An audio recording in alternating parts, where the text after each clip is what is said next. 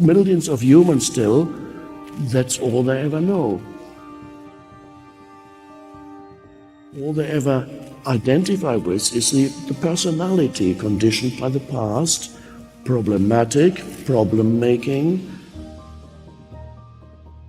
You perceive the world and judge it through the veil of your mental conditioning. You don't see anything clearly.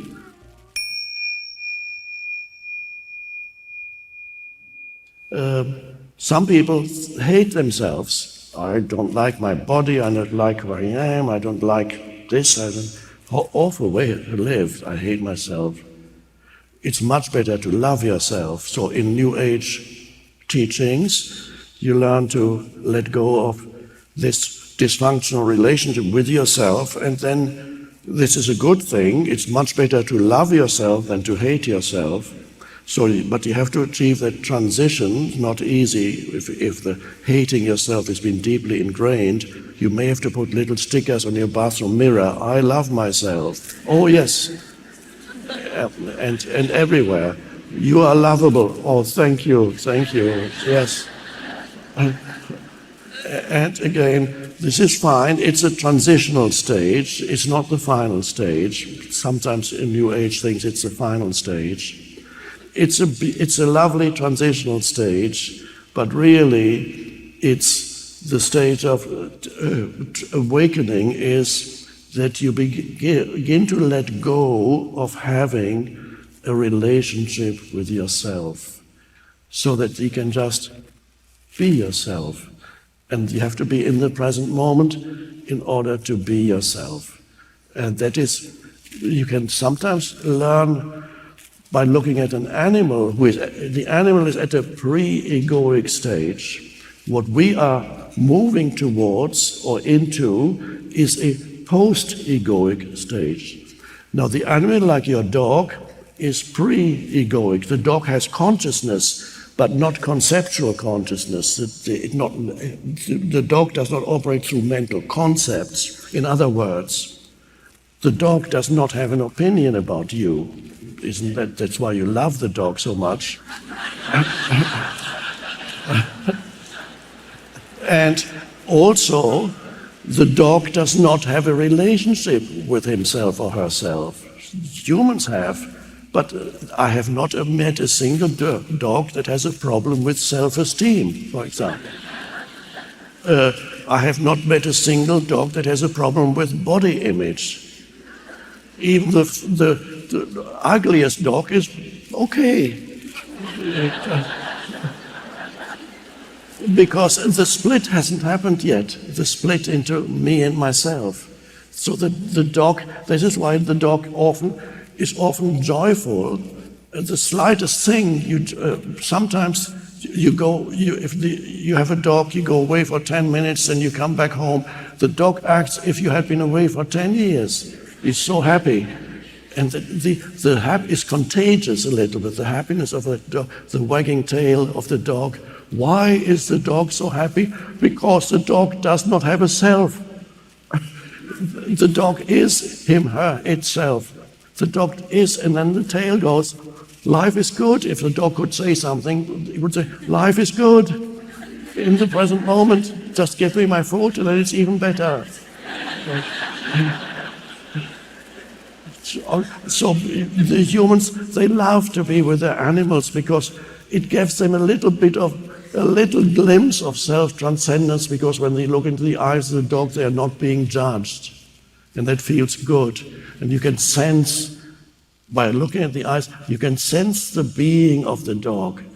Wow, now, the dog, what you really love just an example, dog, cat, what you really love in the dog is not the outer surface of the dog, although it's lovely to the touch and all that, yes, but you know there is something that you cannot see that you relate to when you look into the eyes of a dog. That is the essence of the dog. What you love is actually the consciousness of the dog, which has no ego in it.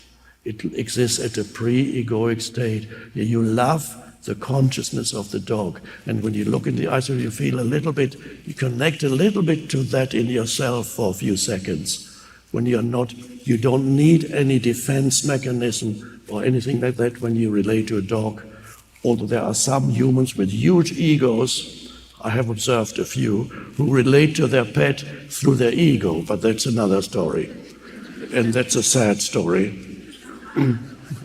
They have an ego relationship. I knew a woman who would, in the evenings, you would put food out for her cat, would go out, the cat would be in the garden, and she had the window open.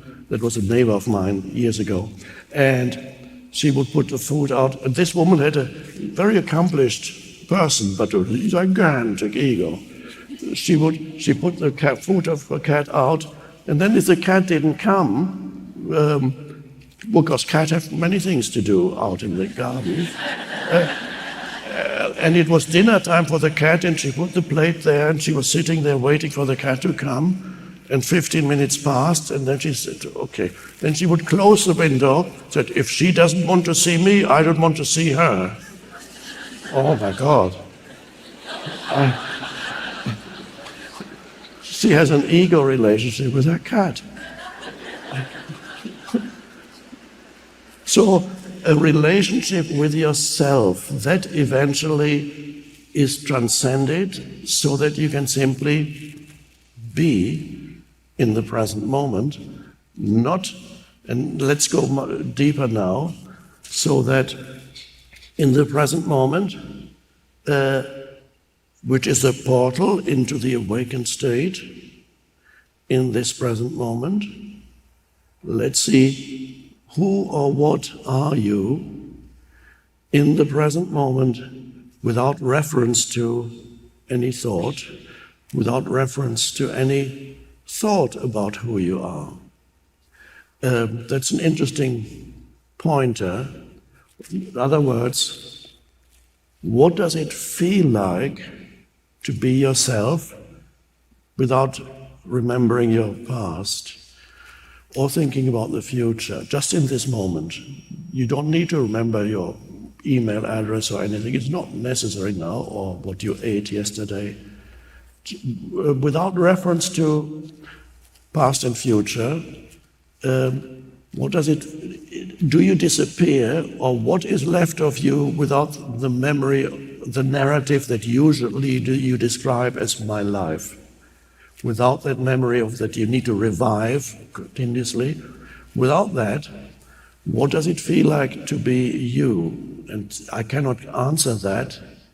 I can only give it to you as a pointer and slow down a little bit as I talk, so that you can perhaps inquire, investigate internally what it feels like. What is the most essential thing about your identity?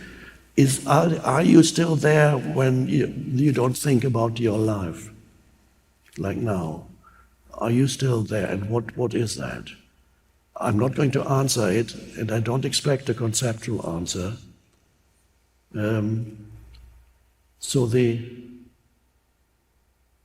That's me. There was an ancient spiritual teacher in India whose favorite meditation was asking his disciples to ask themselves, who am I? You can also ask yourself, what am I? Who or what? What am I? What am I? But don't answer it verbally, but feel or sense what it means to be alive or to be you. What am I? There's a gap in the stream of thinking. Then what is there when there's a gap in the stream of thinking, like now? And in that gap, there's a stillness. Yes. There's also a sense of there's something there, but it's hard to describe. There's a sense of presence, of beingness. And in that sense of presence, of beingness, you know that you are. You know, you can say, I am. You know that without adding any qualifiers to it, without adding anything to the I am. It's the pure sense of being, which is I am. It's very peaceful. You need an alertness to sustain it just for a little bit. Without the alertness, you will immediately fall back into the stream of thinking. But it's not, you don't use willpower to stop your thinking mind. That doesn't really work. So you don't hold your breath in order to stop thinking. It might work for a little while, but then you think even more. It's like a boiling kettle. Hold the lid on a boiling kettle. Just alertness. And so Jesus said, as I said at the beginning, and what I say to you, I say to all, stay awake. In some translations, it's translated as stay alert. What I say to you, I say to all, stay alert. That alertness is consciousness without thought. It seems at first just to be an absence. It seems at first like, okay, stillness, one could say, is the absence of noise, inner stillness, an absence. It might seem at first as a kind of nothingness. And yet if you stay with it for a little bit, just a few more seconds, stay alert, then you can sense it's not just the absence of something, it's also the presence of something.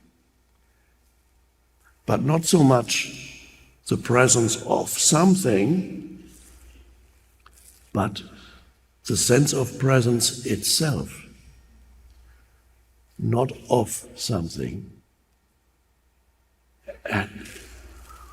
And so that is dimension of consciousness, that is the fourth dimension of consciousness, awareness or presence. And you encounter that in between two thoughts, or, for example, if you find it hard to stop thinking, don't use your willpower. Use a little device, use a little bit of help. For example, become aware that you're breathing. You're aware of the inflowing and outflowing breath.